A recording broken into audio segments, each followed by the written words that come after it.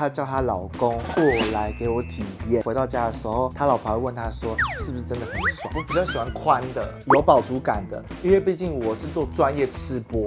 看到你的作品，然后觉得吃东西的时候看起来很美味，她就想报名，想说是不是我也可以吃得这么好吃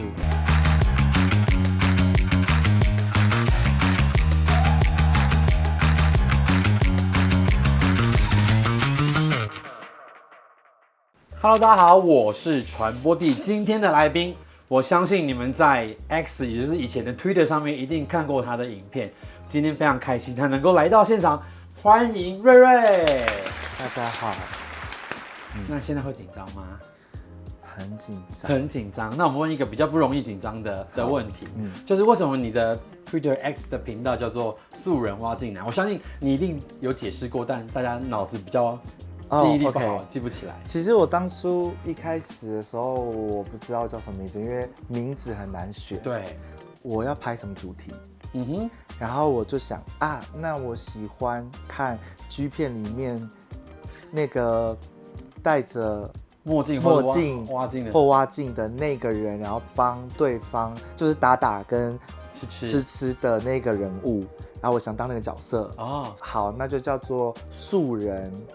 然后挖镜男好了，所以素是动作的素，不是，就是我喜欢吃素人，因为他们都是找一些大家不认识的人，就是那种路上的直男啊，或者是就是很素的人，就不是大家认识那种，所以我才就想说，好，那就叫素人挖镜男这样。OK， 因为好像有听过有人讲，以为那个素是台语的素，不是，纯粹素人就是素人，然后挖镜男就是挖镜男，就是。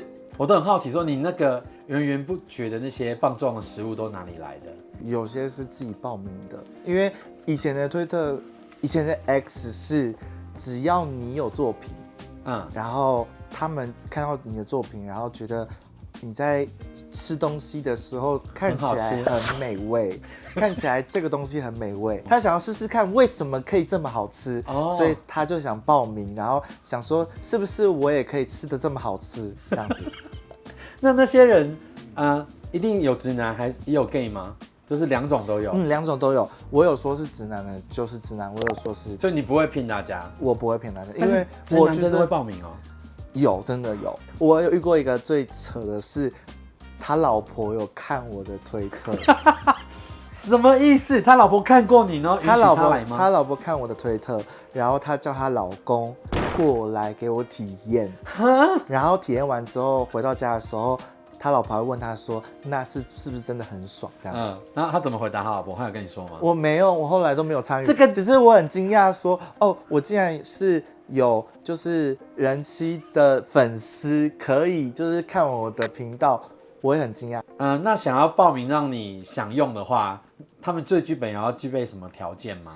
基本上我对大头是完全没有抵抗力的。多大算大？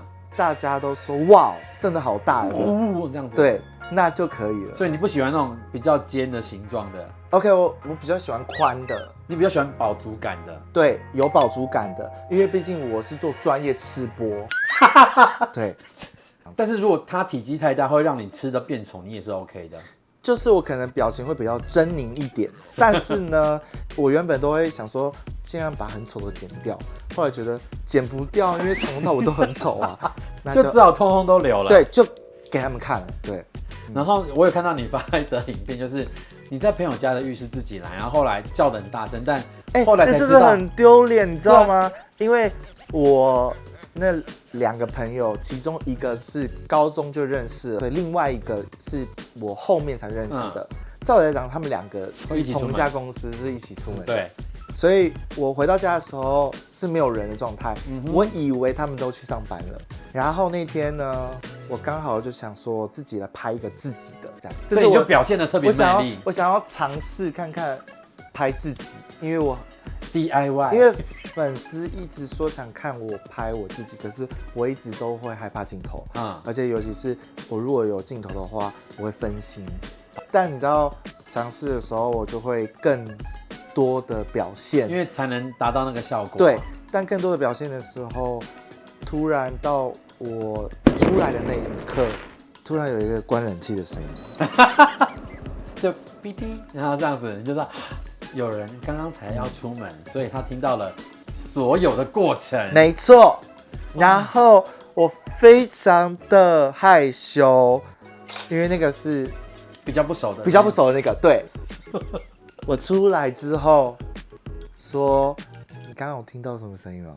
他有回答吗？他说：“哦，没有啊，我没有听到什么声音。”我说：“哦，好，那就好，那就好。”然后后来，因为我们自己有群组，3个人的群组，然后我就在群组上面说：“对不起，我刚在你们家 DIY， 然后呢叫的不小心，希望你们听到不要觉得怎么样，很对不起。”那我知道你拍片都没有摄影师，就是你讲的，因为很害羞，很难克服，所以你就自己架好机器，然后就开始工作了。但我不像你们那么专业，我没有专业，我也只是架好机器就跟你聊天而已、啊。我就随便弄。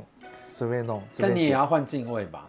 有时候调机器的时候不会你想的那么辛苦，但会尴尬吗？不会，因为那个瞬间是冷下来的。不会，它是从头到尾都是不冷下来的状态。我会调很快，因为感觉很专业。你该不会嘴巴还在工作，然后手在换？有6年的经验呢，所以这6年学到的就是你知道在哪一个方位，然后马上记住，然后就可以继续了。OK， 那其实有时候像我跟你私讯聊天的时候，觉得你好像是一个很需要被温暖包围、需要鼓励的人。那你是不是真的比较缺乏自信？我一直以来都不是很有自信的人，因为小时候不长得很好看，但现在好看啊。但因为我的眼睛是去割的，很多人都做医美又没有怎么样。就是我觉得我本质是不好看的。你会记得你以前的本质？我会记得我以前的本质，所以即便外表变了，但我还是有不自信的时候。然后这个不自信在做这个工作的时候，在做 X 工作的时候，越来越多的负面声音告诉我其实不是很好看，我不是主流菜，然后我就会慢慢累积这个不自信。其实像我第一次看到你，没记错的话，被访问是在 FJ 频道嘛？对，那时候我就觉得，你看起来很可爱啊。我真的可以接受很多人的指教 ，OK， 因为真的不是每一个人都可以喜欢你，当然。但是我一直想要成为那个大家口中常常会夸奖的X 的推主，多给你一点鼓励，多给我一点正面的，就像有些像比较有名的推主。很多人就会直接说：“哦，他是男神，我很喜欢他。”但我跟他们差在哪里？我觉得就是差在我从最一开始当初要做这个工作的时候，我并没有准备好。啊，你说的是主流外观身材的准备好？对，我并没有准备好，我就是抱持着我想做我就做了。看我影片的人有很多人是身材比我好，长得比我好看，可是却没有像我这样子约这么多他们想要的，所以就会变成吸收到很多负面的能量，这样子。对，因为我们最近一次聊天，应该是我夸奖你的腿毛很好看，然后你就谢谢我，然后谢谢一个 YouTuber 的赞美，我说我就是真心觉得腿毛很好看啊，因为腿毛就是我从小到大一直有的东西，然后我并没有觉得它有特别之处。有人就觉得很好看，身上没有毛，但是其他地方发育得很早，所以我的腿毛很多很多，在国中都是穿短裤，夏天穿短裤的时候就会露出来，然后大家就会，你怎么那么多毛啊？这样子很好看。你现在把那个抱膝这样做一下，让我们看看你的腿。好，这样子。你看，大家喜欢那腿毛的人会爱死就是有人喜欢。可是我老实说，我以前的地板是比较偏白色，就是冷色系，然后就会看得很清楚，全部都是我的腿毛。这是一种蛮特殊的困扰，我比较没有拥有这种困扰。扫地机器人就好了，就吸一吸就好了。没有，我比较喜欢自己。你喜欢自己吸地板？就是我的空间不大，所以我自己做家事的时候，我觉得是一个跟自己的对话。哇，你让我发现了不一样的一面。跟自己的一个，就像我自己帮狗狗洗澡，也是我跟它的一个相处的陪伴。对。所以在狗狗离开之后，是不是你心情上也有很大的变化？就有得忧郁症？因为我想做这个 X 工作，就是为了狗狗做的，因为我想要给它一个家。因为那时候我阿公阿嬷得癌症，然后爸爸不准我带回来台北。他做化疗的老人比较脆弱，是比较脆弱的，所以我就被迫跟他分开。所以在他离开之后，你也非常难过。我都还没有走出来。那你怎么发现自己可能得了忧郁症？从头到尾都是为了他，然后一直努力的赚钱。但没有他，我已经没有目标。你后来什么时候决定去看医生的？后来一直都没有看医生，我就让我的情绪奔放。因为我不知道有身心科这种东西。然后就遇到了一个6年前认识的一个朋友。然后那阵子比较多相处。所以我们两个就慢慢走在一起。他不是一个很好的人，然后我就被伤害了。然后伤害之后我就去看医生。